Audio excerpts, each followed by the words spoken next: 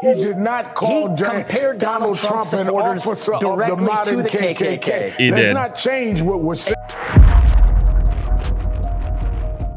Okay, let's get into this discussion today. This is Vivek Ramaswamy, the presidential candidate for 2024.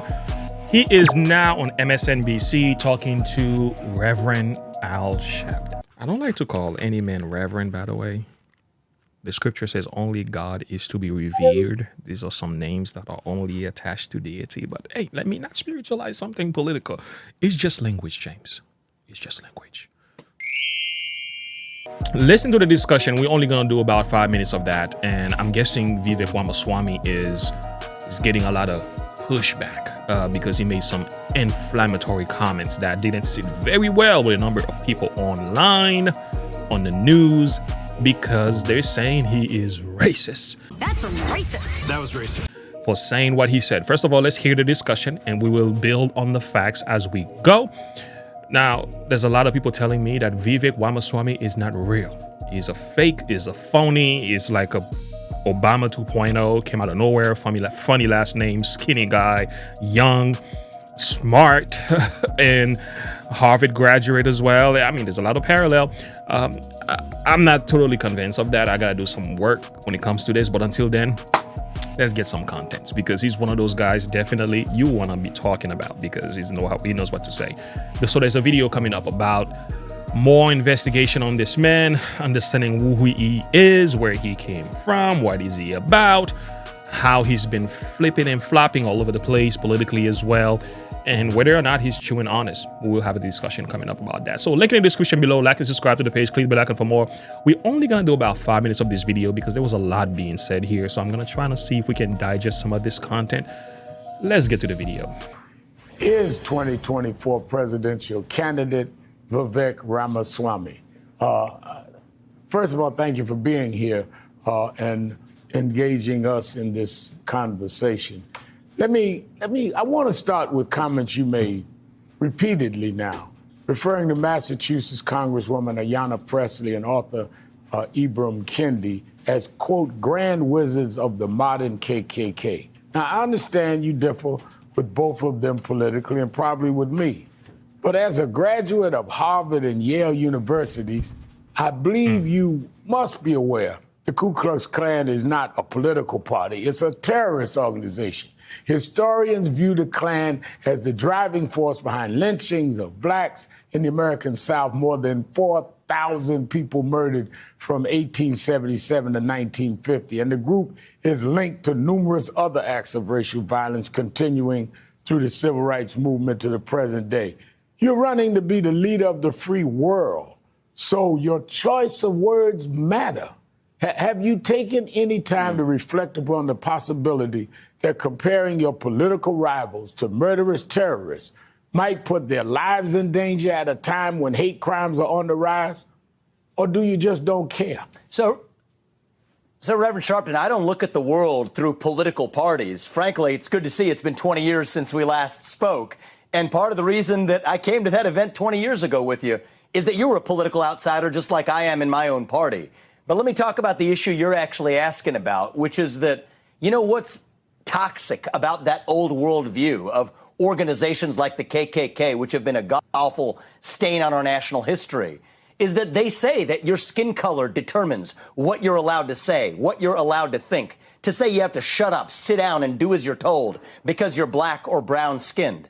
Well, you know what Ayanna Pressley said much more recently is that we don't want any more black faces that don't want to be a black voice. We don't want any more brown faces that don't want to be a brown voice. And so, yes, I do think there are... Okay, let's pause here to test whether or not she did say that. I'm heading over on Twitter. Let's check for the facts. Here we are. Here is Twitter. Here is Ayanna Pressley, 2019. And listen to her words. To that table and to represent that voice don't come. Because we don't need any more brown faces that don't want to be a brown voice. We don't need black faces that don't want to be a black voice. We don't need Muslims that don't want to be a Muslim voice. We don't need queers that don't want to be a queer voice. Come on, speak it. And if you're worried about being marginalized, even show up. Because we need you to come to. What? Okay, he's correct. All right, to put it simply, the idea that a black person has to agree with you politically or fighting the same supposed social justice warrior cause because of the fact he's a dark skin, I don't agree with that. So every black person should be fighting the power, the system. Well, do we have to fight it the way that you've orchestrated the battle, or with the same talking point, with the same attitude, the same approach that you take? Is that what we're fighting against? And again, what exactly are we fighting in 2023 is my big question. What part of racism are we addressing here? How prevalent is racism? How much impact does it have on the black community as a whole, or in the nation as a whole, that we should be fighting? I have no idea. So I think her comment very much is racism. Because we don't need any more brown faces that don't want to be a brown voice. What was that about? Because you're a brown face, you naturally has to line up with a particular cause and do a particular thing in a particular way. That is a problem to me, because why should any person have to subject themselves to your supposed whatever it is you are fighting? Maybe we don't want to fight the same way you do, right? Maybe we want to just make a change by being an example. Maybe we don't focus so much on the problem, we are focusing more on the solution. Maybe we look at the prosperity of the achievements and how much we have progress when it comes to racism, how much we have left behind, and we're moving forward. Maybe we're not addressing this thing from the same perspective as you do. So I already have an issue with their statement, and it is rooted in racism. If you don't agree with that, that's on you. And to say a queer person has to do this, a Muslim has to do this, a Christian has to do this, or a black person has to do this. And I think when you're merging all these different classes, it sounds like it's making sense. But when you really think about it, the fact you are putting black people simply, you're identifying them simply by the color of their skin, that's a problem, because our identity and character is much deeper than our skin color. We are to be judged by the content of our character, not by the color of our skin. So that's already a problem. That's racism in itself to do that. And I think because a person goes beyond his skin color, sees values, look at his Christianity, look at character, he has a mindset that is different, irrespective of skin color, they should not be placed in a box. And that's just simple as that. So her comment was racist. I'm feeling very triggered right now. Are echoes of a historical to be a black voice. We don't want any more brown faces that don't want to be a brown voice. And so, yes, I do think there are echoes of a historical ugly racism in this country now showing up in new clothing. To say we and don't what I want to lead us to as the next president just a second. is a To say united that we nation do not want where we black don't actually voices, judge each other on the color of our To skin. say that is not going with sheets and burning crosses and lynching people. If she said something you disagree with, the point I'm making, you cannot equate Grand Wizard of the Ku Klux Klan with somebody saying something that you think is a little controversial or a little too far. Some of our relatives were terrorized by the Ku Klux Klan. I'm trying to get you to understand Sharpton, I know the pain you're intellectually honest. I know you're an intellectually honest guy, and so I will remind you that Hakeem Jeffries drew analogies between Donald Trump and the Ku Klux Klan, and I don't think you had him on pressing him in the same way. So we're drawing analogies here to make a point. He did not call Donald Trump the Grand Dragon of the KKK. He did. All right, let's look out for the facts. Let's pull the facts once again. We have to do this. All right, here is Hakeem Jeffrey. Let's listen to him trying to justify himself, but not necessarily apologizing, but justifying his position, even though he's trying to say, I didn't mean it in that way. He did say it. Let's take a listen to that. With respect to the comments of a few days ago, we've got to have an opportunity for at least one day a year to have a candid, if sometimes uncomfortable, conversation about race. Seems to me that we can't have that conversation on Valentine's Day. We can't have that conversation on St. Patrick's Day. It's perhaps appropriate for us to be able to have that difficult discussion on MLK Day when we're celebrating the life and legacy of of a champion for racial and social justice. Yes, but you called the president the grand wizard, meaning of the KKK. That's language of the KKK. You think the president of the United States is connected to the KKK? He's a Klansman? Absolutely not. And as you know, Allison, I did not use the words racist in any of my comments. In fact, Wolf Blitzer in the past has asked me whether I believe the president Sounds like he's caught with his pants down. is a racist. And I've consistently said no. I did use a colorful phrase. Yeah, colorful, right? But of course, I don't believe that the president is a card-carrying member of the KKK. But it did But it was okay for you to say that. capture a troubling pattern of racially insensitive and outrageous at times behavior in the alt-right. You Justification. make good points. And I think that after Charlottesville, it was you who said that the president was a racial arsonist, meaning, I assume, that he inflames racial tensions. And I think that all of that is demonstrably true, as you've just pointed out. But, you know, the grand wizard, I mean, the reason that I ask you about it is because you call it colorful language, but, you know, isn't that inflaming the situation? Is that helpful? Yeah. Likening someone to the head of the KKK? Oh, okay. See, and I see you. I used to do some kind of good work every now and then. Well, I think, as I just pointed out, I do not believe that the president is a card-carrying member of the KKK, but he has presided over and engaged in directly a series of racially insensitive remarks. We cannot whitewash that. So he's still justifying his position. He's not saying, I didn't say it. I did say it, but I was saying it in a way to bring discussion in. MLK Day. That's what I'm talking about. So which one is worse, Vivek Ramaswamy or Jeffrey? I mean, you go after the president of the United States. Lord have mercy. You're out of your mind. Anyway, this is not a new thing.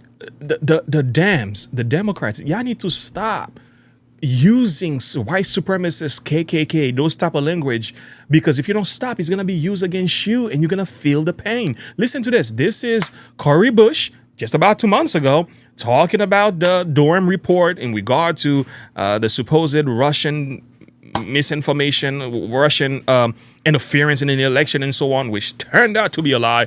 Listen to how she speaks about the president. It's the same language, supposed colorful language. It'll be the Republicans. It's ridiculous. Squeeze. I think the gentlelady's time has expired. We'll now go to the gentlelady from. I appreciate your answer, Mr. Durham. I think we understand where you're headed. The gentlelady from Missouri is recognized for 5 minutes. Thank you. St. Louis and I are here today to set the record straight about this political investigation conducted on behalf of the twice impeached, twice indicted former white supremacist in chief, Donald Trump. Why would you say that? Like, based on what facts would you refer to your former president as a white supremacist? Like, what evidence do you have to base? And again, they don't get in trouble when they say this. And again, I'm not here trying to fight for Vivek Ramaswamy as if I agree with what he said. What I'm saying is the Democrats been saying stuff like this. I can give you videos all day long of them calling white supremacists KKK. They use this language all the time. And the thing is, if it's wrong for Vivek to do it, it's wrong for you guys to do it. And if you have no problem when everybody else is doing it from your party, well, when Vivek and everybody else from the Conservative Party, and what they're doing here, is using their own weapon against them, and they don't like the way it feels. And the thing is, we got to stop. Okay, we got to stop. But is this going to stop? And I think it's part of the show. It's part of the political rhetoric. You know, we got to play this game, acting like we care. But again, listening to this interview with Al Sharpton, it was a lot of this back and forth fighting and stuff. But I kind of wish it wasn't like that. But this is politics. That's the game that they play. And part of it is entertainment. So we just enjoying the show. And again, it's a big joke. He did not call compared Donald Trump an officer of the modern KKK. He Let's did. not change what was said. So, Reverend Sharpton, though, I'm calling out a double standard and saying that certain people can use certain analogies to make a point. Well, I'm using an analogy to make a point. And the point I'm making is we should stop seeing each other on the basis of our skin color. It was god-awful when the KKK did it, But you know what? We have to learn a lesson in the present that we're creating more racial division in this country. But you when you say cannot if do you it have black being skin, you can only insensitive. think one thing. You cannot do it being insensitive to our feeling. Like, that's like calling somebody of any kind of group that had You know what I have an issue with? They don't engage so much with the argument. All Sharpton does that. It seems like all of them, though, even in CNN as well, is like whenever there is an oppositional view presented, even though it might be based on truth, they will just bypass that and keep on talking about what they want to talk about. And they will not ever, I never heard them say, you know what? Ayanna Pressley was wrong for making that statement. 2019, I get it, man. July 2019, that was a long time ago. A lot going on. George Floyd's death, and the world was on fire. The emotional outrage was ridiculous, and I think things are coming back in some way because of the recent death. But again, they will not say, maybe she was wrong. Maybe she should not have said it this way. They've never said that. They never condemn her statements, but they're just going after Vivek, which I'm like, I mean, can we be honest for a minute here?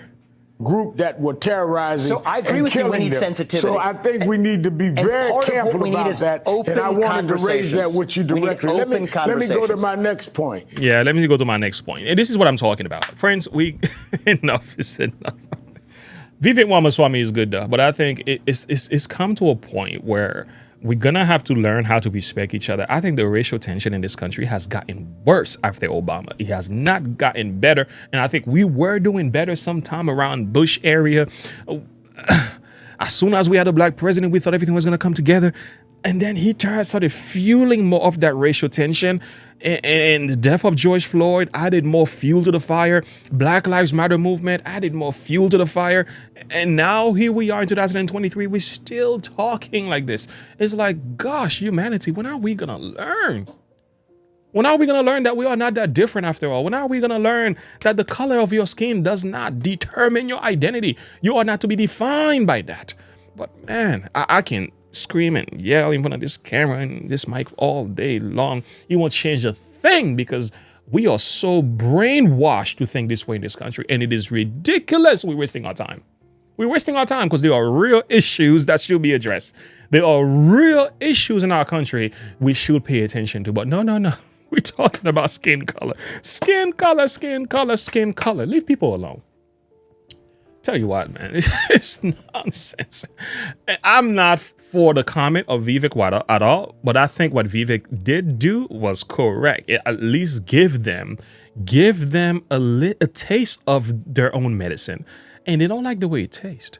And they need to stop, though, if they really want to learn and understand that you don't overcome evil with evil. And I know that what's his name? Candy said the same thing. I'm going to include that video. I'm wondering, I just finished reading Robin DiAngelo's White Fragility, and I think she did like an excellent job of defining racism as like a system of oppression as opposed to like a personal choice. It's like, it's there, you benefit from it, or you don't. That's its purpose. You talked about the importance of defining racism, but I, unless I missed it, which is possible, I didn't hear your personal definition. Is there one that you would offer us? Like, how do you define racism? Sure. So racism, I would define it as a collection of racist policies that lead to racial inequity that are substantiated by racist ideas.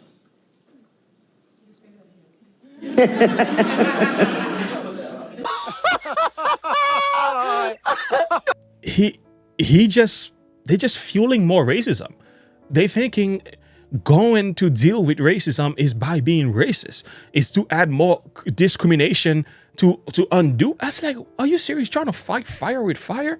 You know how ridiculous you sound? Now, anyway, it's very simple. Be not overcome of evil, but overcome evil with good. And I wish the damns, the supposed social justice warriors would learn this. That's not how you fight this thing, by doing the exact opposite of what they've been doing. That's not what MLK used to do. I don't think everything he did was correct either, but that's not how he fought it. That's not how Gandhi fought it. Mahatma Gandhi.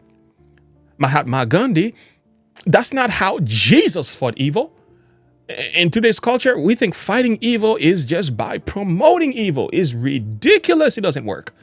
And no wonder why things are getting worse. People are going to push back. And guess what? The more we use colorful language like this, people that are of white supremacist groups will continue to push back. Okay, they're not going to just go away. They're going to keep rising back. And again, there's a lot of anti-whiteism in this country. Don't get me wrong. There is racism in this country, but racism toward whites also exists just as much as you will say it exists towards black. So the fact you keep talking about it, you give it more life to it. You're not helping anybody. Instead of bringing people together based on the fact that we are American people, we are human beings, our character is what matters, and we are in the system and we need to learn to love and respect one another. No. That's not the goal. The goal is to keep on fighting with each other. But again, at the end of this thing, I realized it was a charade because they admitted at the end that it's all about, fighting back and forth. It's not so much about coming together to understand each other. Listen to how Mr. Al Sharpton end this thing. Truth over theory. I'm tied to facts. All right, well, you certainly came, and you knew I was going to fight it out with you, and you stood up, did about 3 or 4 ducks, threw a couple. We'll do this again. Thank you, 2024 presidential. That's a joke. It was all a joke, right? It was all a fight for the camera. Anyway, link in the description below. Like and subscribe to the page. Click the bell icon for more. Thank you for listening. Have a good one. Bye.